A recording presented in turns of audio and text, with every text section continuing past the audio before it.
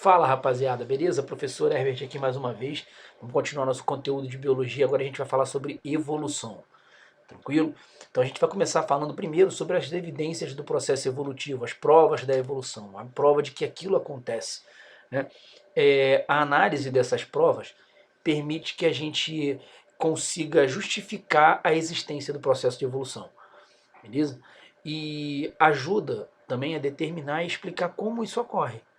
Beleza? Então, assim, essas evidências, elas provam que o planeta já foi habitado por espécies diferentes das que existem hoje, né? No caso, por exemplo, os fósseis, a gente vai ver daqui a pouco, eles são registros de que a Terra já foi habitada por espécies que não existem mais. Beleza? Além disso, existem provas que mostram pra gente que existe parentesco entre os indivíduos. Quando existe parentesco, isso prova que existe um ancestral comum entre eles, e esse ancestral é uma espécie que não mais existe. Tá? Então vamos lá, olha os fósseis. Né? Como eu disse, são evidências materiais de que a Terra já foi habitada por seres diferentes. Né? Um animal, por exemplo, pré-histórico morreu em um ambiente, por exemplo, alagado, né? A deposição de sedimentos em cima ali vai tipo atrasar muito a decomposição, porque o ambiente quando é alagado tem pouco oxigênio, a decomposição já é mais lenta, então à medida que os sedimentos vão caindo, eles vão ficando cada vez mais compactados, e aí você vai ter aquele sedimento virando uma rocha, né, uma rocha sedimentar, e aí essas rochas sedimentares acabam tipo sendo pontos onde a gente encontra uma grande quantidade de fósseis, beleza? Então, assim, quando o cara analisa, ele acha o fóssil, ele já fala assim, pô, isso aqui tem tal idade, porque a gente consegue medir há quanto tempo esse animal viveu, principalmente através da análise da quantidade de carbono 14 presente na amostra do fóssil, beleza? Porque o carbono 14 ele tem uma meia-vida, né? Um tempo necessário para que metade daquela amostra se reduza, volte a ser carbono normal, né? Então isso vira uma PG de razão infinita, né? Uma PG de razão meio, uma PG infinita, beleza? Então assim, sempre vai ter um resquíciozinho de carbono 14, analisando esse resquício a gente tem como saber a idade dos fósseis. Então ele pode ser tipo uma amostra do corpo do bicho, ele pode ser uma amostra da impressão do esqueleto dele, pode ser até pegada, beleza? Então vamos para a embriologia comparada, ela também mostra para a gente a existência de parentesco, né? Você nota que quanto maior a quantidade de semelhanças entre eles, durante o processo embrionário, maior vai ser o grau de parentesco entre eles, beleza? Por quê? O desenvolvimento embrionário, ele é até uma das características que é utilizada no processo de classificação. Você vai chegar a pegar, por exemplo, os animais, né? Você vai falar assim, os plateumintos são animais triblásticos acelomados, né? Porque eles têm 3 tecidos embrionários, mas não têm cavidade corporal. Os cordados, que somos nós, por exemplo, somos animais triblásticos, celomados, deuterostomados. Então, assim, todo o desenvolvimento ele serve como justificativa para poder mostrar como a gente é classificado. E aí, se você pegar esses embriões aqui que eu botei como exemplo, são todos embriões de cordados. Aqui um peixe, aqui uma salamandra, aqui um anfíbio, aqui uma ave e 2 mamíferos. Ó. Então você vai notar que, tipo, à medida que as fases vão avançando, quanto maior o grau de parentesco entre eles, mais semelhantes eles são. E aí o processo de diferenciação vai ficando cada vez mais tardio, beleza? Porque mostra que o parentesco entre eles é maior, porque começou igual, lá na origem foi igual, e aí a partir do momento que começam a se diferenciar, vão aparecendo essas diferenças ao longo do desenvolvimento embrionário. Beleza? Aparecem mais cedo quando o parentesco é menor e mais tarde quando o parentesco é maior. Beleza? Bom, estruturas vestigiais são estruturas presentes no corpo de um indivíduo, né, de uma espécie, são características daquela espécie, só que ela está lá de uma maneira completamente rudimentar e não consegue realizar função nenhuma. Beleza? A gente no nosso corpo tem algumas dessas estruturas, por exemplo, pelos no corpo, apêndice, siso, tá? São estruturas que para a gente não tem função, tá? Mas prova que a gente tem parentesco com os animais mamíferos que têm essas estruturas funcionais. Né? Então existem N estruturas que são exemplos disso. Por exemplo, se você pegar as baleias, elas têm lá o resquício do osso que pertencia à bacia dela, que dava suporte às patas traseiras. Aqui peixes de caverna que não têm olhos, perderam os olhos durante o processo evolutivo, o dente do siso, né, que fica lá atrasadão, em algumas pessoas até está desaparecendo, beleza? Agora, as provas bioquímicas, elas são bem mais, como é que eu vou dizer, mais precisas, né? Porque através da análise bioquímica você vai analisar a constituição molecular do cara, vai analisar DNA, RNA, proteínas, né? E a gente sabe que o material genético, ele é hereditário. E aí, quando um indivíduo tem descendentes, ele passa o material genético dele de maneira igual para o descendente dele, a não ser quando acontecem mutações, né? E aí essas mutações, elas vão provocando o aparecimento de pequenas alterações que se acumulam com o tempo. E o tempo que eu estou falando é de milhões de anos, né? Então o que acontece? Quando você analisa o material genético dos indivíduos, você é capaz de comparar a quantidade de similaridades que existe entre o material genético desses caras. E aí quanto maior a quantidade de similaridades, maior vai ser o grau de parentesco entre eles. Beleza?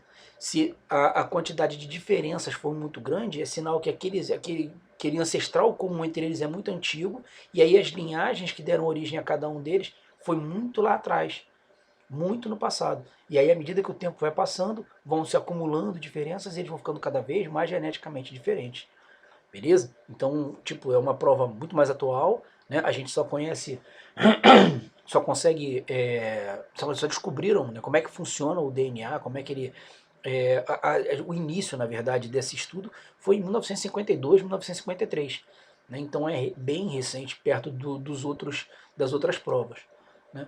E a gente tem a anatomia comparada.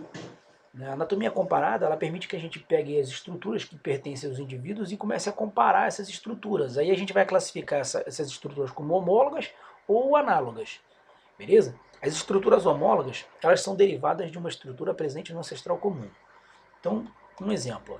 Se você pegar o aparelho bucal de insetos, né? Aqui um gafanhoto, uma mosca, uma borboleta, um mosquito, o aparelho bucal deles é bem diferente um do outro, cada um com uma função. Esse aqui mastiga, esse aqui lambe, esse aqui suga o néctar da flor, esse aqui pica e suga o sangue, enfim, cada um com sua função. Mas se você anotar, ele marcou com cores, né, semelhantes todas as estruturas que estão presentes no aparelho bucal de todos eles.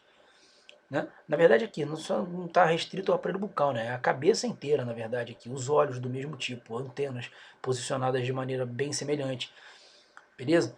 Então aqui, o nosso caso, por exemplo, a gente tem um membro dianteiro que termina numa mão, mas se você pegar outros mamíferos, você vai ver que os membros dianteiros deles apresentam os mesmos ossos, né? Em proporções diferentes, tamanho diferente proporcionalmente, né? Alguns têm mais dedos, menos dedos, mas enfim, os ossos de cada uma dessas estruturas são os mesmos ossos. Porque todas essas estruturas aqui derivam das estruturas de um ancestral, assim como aqui também. Essas estruturas derivam das estruturas presentes no ancestral comum entre eles. Entendeu? Então, quando as estruturas têm a mesma origem evolutiva, elas são homólogas. Beleza? Então, é uma origem evolutiva comum. Se a origem evolutiva é comum, a origem embrionária delas também vai ser. Então, nota que elas não são homólogas porque têm a mesma origem embrionária, sim o contrário. Elas têm a mesma origem embrionária porque são homólogas. Beleza? Agora, quando as estruturas são análogas, quer dizer que o surgimento delas aconteceu de maneira completamente independente. E aí, se o surgimento não é a semelhança vai ser a função. Essas estruturas análogas sempre executam a mesma função, vão desempenhar sempre a mesma função. E aí elas podem até ter a mesma origem embrionária, entendeu? Porque isso não é levado em consideração no caso. Você está comparando as estruturas, por exemplo, aqui eu estou comparando a asa da ave com a asa do morcego. A asa da ave e a asa do morcego são duas estruturas que têm a mesma função, que é fazer o cara voar. Ponto. Mas a origem da asa da ave é completamente independente da origem da asa do morcego. Beleza? Outro exemplo aqui, ó, a forma do corpo de animais predadores aquáticos. Ó. Aqui eu botei o exemplo de um elasmobrânquio, né, um peixe, um tubarão.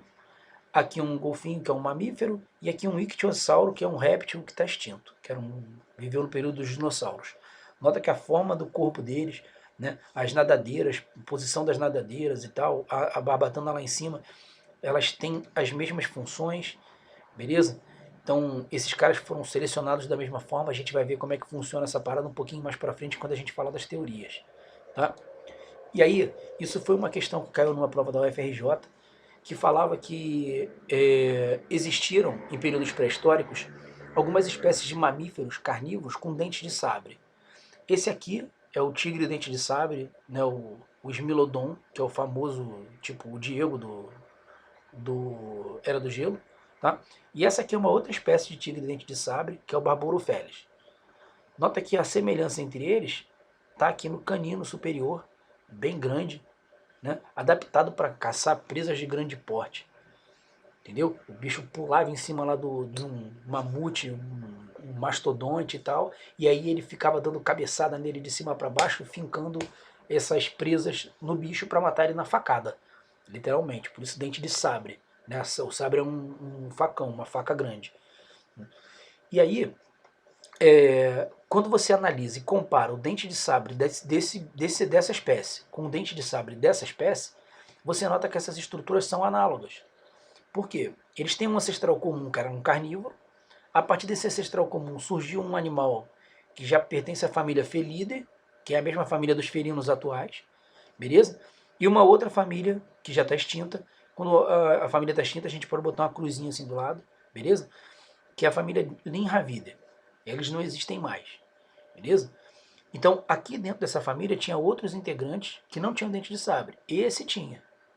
Assim como na família Felidae, outros integrantes que não tinham dente de sabre, e esse aqui tinha.